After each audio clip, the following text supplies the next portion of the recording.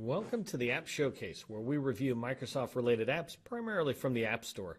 In support of our customers' need to do market research on apps such as these, SV MacPack started recording our review of these apps. We're a certified Veteran-Owned and HUBZone consulting firm supporting the U.S. federal government, but we hope these reviews help you as well. In this video, we'll be reviewing the calendar overlay from VirtoSoftware. It's an app off the Microsoft App Store. As always, I'll move fast, pointing out what I like and what would make me hesitate to recommend this app to my customers. My goal is to be as candid as I would be if just talking to my own team about this app. Hopefully the review helps you and perhaps even provides good feedback to the publisher of this app. Let's go ahead and get started. I'm going to go to the Microsoft App Store. I have their calendar page open. I'm going to zoom in here a little bit. First thing I look for on the left-hand side, 5 stars. That's pretty amazing. They got 45 reviews or 45 ratings. And if we go into the reviews, it looks like they got 11 reviews, most of them from 2016. So most of them look like when they dropped a particular version, maybe even dropped the app out there. This one here is the only one from a recent time. And that person's not even really complaining. They're actually...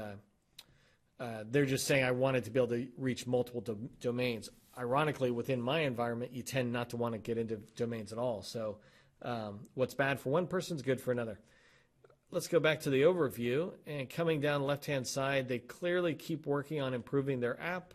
They're dropping new versions. They dropped one very recently, within the last month, so that's pretty impressive.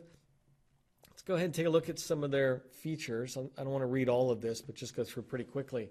The idea is that you can take SharePoint calendars and Exchange calendars, etc., and overlay them on top of each other, similar to how Outlook does it naturally. So that's pretty handy, especially being able to bring different calendars from Exchange into SharePoint to be able to see it when you're trying to book free and busy. That's a very handy activity.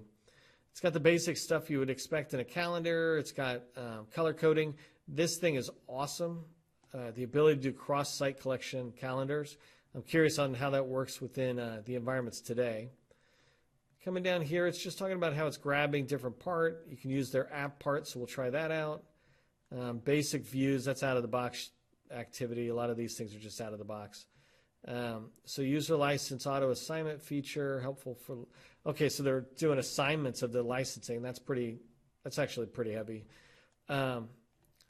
And so then pricing. Basically, it's about $1 a user on the pricing per month for the users. Let's take a look at this last thing, which is the pictures. I'm going to ignore the video because I'm not looking to watch the video. But in here, you can see that it's overlaying it. It's got the calendars. Up here, it looks across the top. It looks like it's showing you the different colors matched to the name of the calendar. So like here's the HR department, meeting rooms. I will tell you one thing that I saw in the video when I watched it that I did not like was they said when you bring in a meeting room, the meeting room you can only see if it's free or busy. You can't see the events, and that's fine. And that's normal for a meeting room. I should be able to see whether a meeting room is free or busy, but not be able to see the details. But then they said if there's a different type of event, I can't remember what it was in their example, but basically they said if they bring it in, then the user, if they don't have permission to see the activity, then they will get they will still see the free busy, but they'll only be able to see if it's busy. But that violates a massive important security best practice, which is if I don't have access to it, I shouldn't even see it to know that I don't have access to it. That's a level of security that's in there. It's native to SharePoint, and it's not being addressed here. So that's something they definitely should be watching out for. I might have misunderstood the video, but I don't think so. Coming in here, it looks like you're able to choose the calendars, which one to show, etc. So, and then coming down to some of the other events, here you can just click on things and see it. That's all pretty natural there, right? I very much like how they display what they're trying to show in the pictures. So here you can see the Exchange calendars. So basically they're just giving access right into it that allows you to see it. And then this last picture, Okay, so this last one is talking about how to edit the calendars, how to choose it. So here you have an overall calendar name that you'll be overlaying all of these calendars, and you can edit those calendars or edit the information, and then coming down you can display different information. So let's go ahead and see how intuitive this is. First thing I want to do is just zoom out so I can get back to their page. I'm going to go over to the site contents. I have a couple other tabs open that are just cross-domain calendars that we can use in our demo as we do it. So the first thing I'm going to do is find their calendar, and here it is, Calendar for Office 365 by Virto. We'll click on that. It's opening this new tab. Okay, so first thing I see instantly is this is a deal breaker for me. I don't know about for the rest of you, but for me, they sent me away to their site. And so this looks like it's a calendar app that's a subscription in their environment, or that you go into their environment, etc. So